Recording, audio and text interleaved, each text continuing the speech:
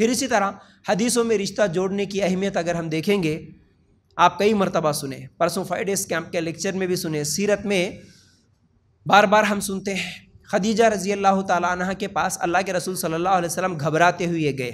کس لیے گئے تھے جی؟ کس لیے گئے تھے؟ گھبراتے ہوئے، ڈرتے ہوئے گئے تھے نا گھر کو، اے خدیجہ کمبل اڑا دو، کمبل اڑا دو، میرے جان کا خطرہ ہے۔ کیوں بول رہے تھے؟ ہاں، جبرائیل علیہ السلام آئے تھے نا اس وقت خدیجہ رضی اللہ تعالی عنہا اللہ کے رسول صلی اللہ علیہ وسلم کو تسلی دیتے ہوئے کچھ اللہ کے رسول صلی اللہ علیہ وسلم کی نیکیاں اور کچھ اچھے اخلاق پیش کی، یعنی اللہ کے رسول صلی اللہ علیہ وسلم کو تسلی دینے کے لیے اللہ کے رسول صلی اللہ علیہ وسلم کے اچھے کام کو گنواتی ہے، یاد دلاتے ہوئے تسلی دیتی ہے۔ انہی اچھی باتوں میں سب سے پہلا اللہ کے رسول صلی اللہ علیہ وسلم کے اچھے اخلاق میں پہلا اخلاق جو خدیجہ رضی اللہ تعالی عنہا یاد دلاتی ہے وہ یہی تھا کہ اے محمد صلی اللہ علیہ وسلم گھبراؤ مت، اللہ تمہیں ضائع نہیں کرے گا کیونکہ تم رشتوں کو جوڑنے والے ہو۔ دیکھیے اللہ کے رسول صلی اللہ علیہ وسلم حالانکہ ابھی نبی بن رہے تھے، حالانکہ ابھی کنفرم بھی نہیں ہوا، اللہ کے رسول کو بھی یقین نہیں ہوا، لیکن اللہ کے رسول صلی اللہ علیہ وسلم پہلے سے ہی کیا کر رہے تھے؟ رشتوں کو جوڑنے والے تھے۔ اس کے بعد خدیجہ رضی اللہ تعالیٰ عنہ اور بھی بہت ساری چیزیں گنواتی ہے، تم مہمان نوازی کرتے ہیں، تم غریبوں کی مدد کرتے ہیں، تم مسافروں کی مدد کرتے ہیں، لیکن سب سے پہلے خدیجہ رضی اللہ تعالیٰ عنہ کیا کہتی ہے کہ تم رشتوں کو جوڑنے والے ہو۔ اور برا نہ مانو میری اس بات کو کہ خواتین خاص طور سے رشتوں کو توڑنے میں سب نہیں ہوں گی، میں سب کو نہیں بول رہا ہوں، ناراض نہیں ہونا اس بات پر، لیکن اکثر عورتیں ایسی ہوتی ہیں جن کی وجہ سے عورتوں کی وجہ سے ہی رشتے ٹوٹتے ہیں، عورتوں کی وجہ سے ہی رشتے ٹوٹتے ہیں۔ ایک ماں بیٹا 20-25 سال تک مل کے تھے، لیکن شادی کے بعد اگر بیٹا ماں سے الگ ہوتا ہے تو وجہ ایک عورت ہی بنتی ہے۔ ایک بہن کے ساتھ بھائی بہن کا رشتہ کتنا پیارا ہوتا ہے، کتنا محبت والا رشتہ ہوتا ہے، لیکن شادی کے بعد بھائی بہن بات کرنا بند کر دیتے ہیں۔ کیوں؟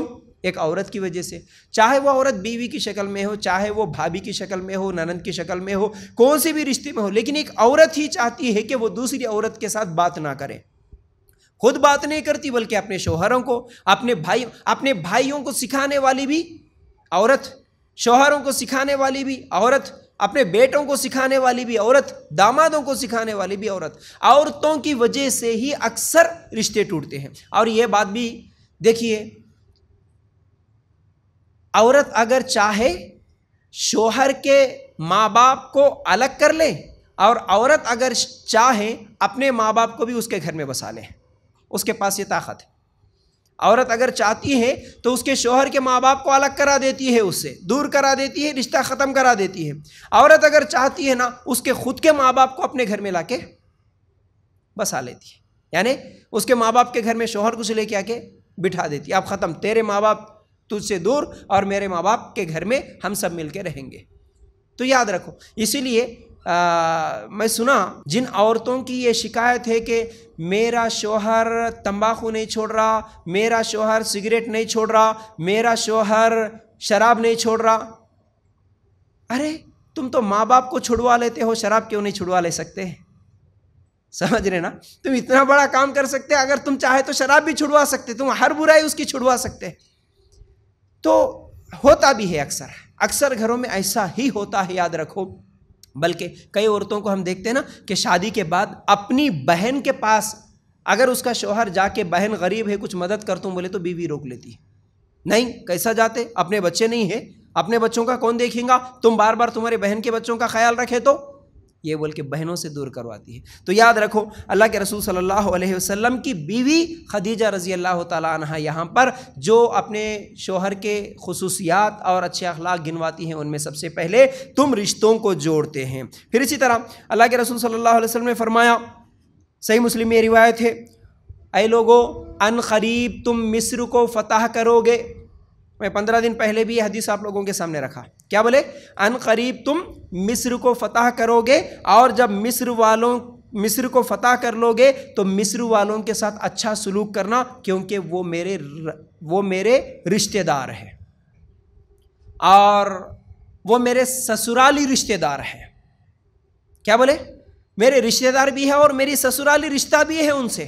یہاں پر بات سمجھنے کی ہے، اللہ کے رسول صلی اللہ علیہ وسلم جو بولے کہ مصر والے میرے رشتہ دار ہیں اور ایک سسرالی رشتہ بھی ہے بولے، تو اب شارحین حدیث جو حدیثوں کی شرح کرتے ہیں وہ بیان کرتے ہیں کہ اللہ کے رسول صلی اللہ علیہ وسلم کا رشتہ مصر والوں سے کیسے ہوگا، حالانکہ اللہ کے رسول صلی اللہ علیہ وسلم کا خاندان یہ قریشی خاندان، عرب کے لوگ ہیں. یہ مصر والے الگ ہیں، ان کا کلچر الگ، ان کا کلچر الگ، ان کا بات کرنے کا طریقہ الگ، ان کے بات کرنے کا طریقہ الگ، بالکل الگ الگ، جگہ الگ، کلچر الگ، خاندان الگ، سب کچھ الگ. لیکن اللہ کے رسول یہ کیسا بولے کہ وہ میرے رشتہ دار ہیں؟ تو کہتے ہیں دیکھیے، جب ابراہیم علیہ السلام، اصل میں ابراہیم علیہ السلام کہاں کے رہنے والے تھے؟ عراق کے. آپ غور سے سنو اور میری طرف دیکھو، توجہ کے ساتھ دیکھیں گے تو باتیں سمجھ میں آئیں گی. عراق کے رہنے والے تھے، لیکن جب عراق سے نکلے اپنی بیوی، نام کیا تھا؟ کون سی بیوی کو لے کے نکلے؟ سارہ علیہ السلام کو. بولنا ہے آپ کو، یاد ہونا، یہ بار بار ہم ریپیٹ کریں گے تو یاد رہیں گی، نہیں تو بھول جائیں گے. سارہ علیہ السلام کو لے کر نکلے تو جاتے جاتے راستے میں مصر کے ایک بادشاہ نے ان کو روک لیا.